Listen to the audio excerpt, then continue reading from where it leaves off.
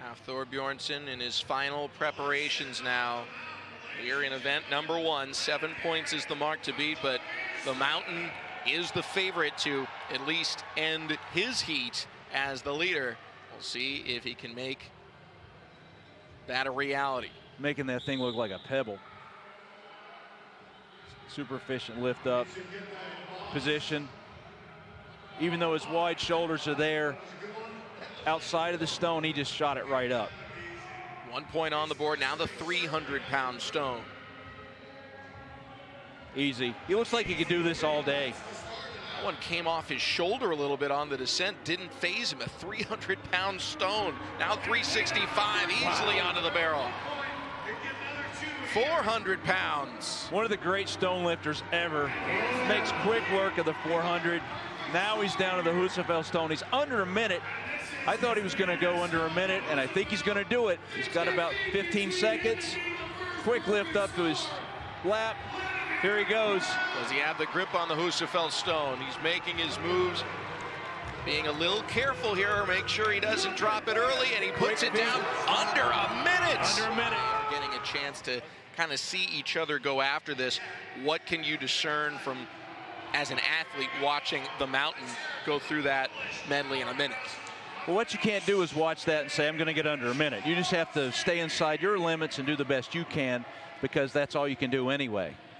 So you can't let that, you can't rush and make a mistake, because Hafthour did not make a mistake. Trial by stone underway, Kelішkovskого. I expect that, an excellent press. So at 10 seconds, he's got the first 2 stones done.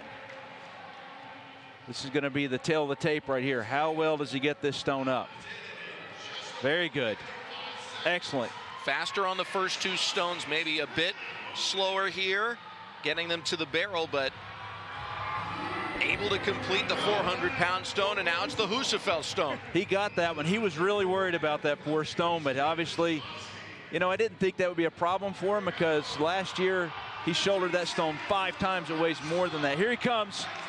He's going to be under a minute. He looks like he's going to be closer to 50 seconds.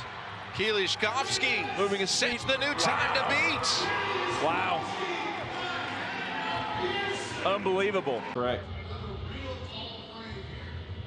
And 75's been completed twice by 2 other athletes. Kelішkovskого, our leader after 1 event. He's going to need another attempt. He's a step back just a little bit. Look how he squats down and gets those hips really deep. And with that height, that's just a great combination. Got it on attempt number 2.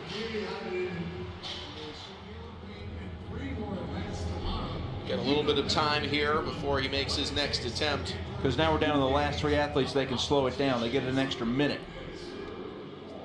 Hafthour, based off what we've seen already, we'll show you the replays of his previous tosses. Doesn't really look like he needs a whole lot of rest, because he's been making this look easy. Well, he's got really great deep hips. Explodes, snaps his hips forward, throws his hands over his head, guides it over the bar. And he has another gear left. I don't think he really completely extended himself on that one. He didn't really come off the ground like he had on a couple of the other ones. Hafthour Bjornson pushed to 90 pounds, asking for the strongest fans in the world here, who are competitors from other events due to recent international events limiting the crowd here in Columbus, Ohio. They know how impressive this is. 90 pounds, he's got it. Wow. See, he's pulling out of gear.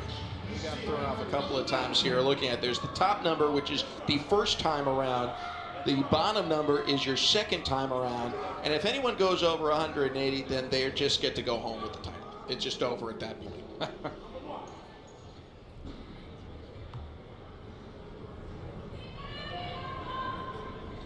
Wheel of Pain, Event 3 at the 2020 Arnold Strongman Classic. And the Mountain is ready to tackle the Wheel of Pain. Here we go. He's trained really hard on these types of implements. Great foot movement. He's got great leverage. Long, long, long strides. Doesn't appear to have it moving quite as fast as Kelішkovskого did, but he's moving it pretty darn well. He's moving it very well. Not only that, he's continuing it moving. He's only 30 seconds into it. This is where Kelішkovskого started to slow just a bit. As Hathor has, but he's continuing that leverage. This is when you dig down and take home more points. If he can pass Leachy's, he will stay in first place overall. 10 seconds left. He wants to win this event. He's almost there. He's got second in the event, and that's going to have to be good enough. It's an event win for Mateusz Kelішkovskого, but overall, it does not appear to pass Martin. Did not get to Leachy's. My apologies. He was past Novikov's spot and comes up just shy of Martin's Leachy. So that means a third place finish for Hathor Bjornsson. And he's going to use those large quadriceps and calves, I believe, to keep his feet moving. That's going to be his key, I believe, is for to help keep his feet moving. He's going to probably go to a longer stride and go to as far out on the implement as possible.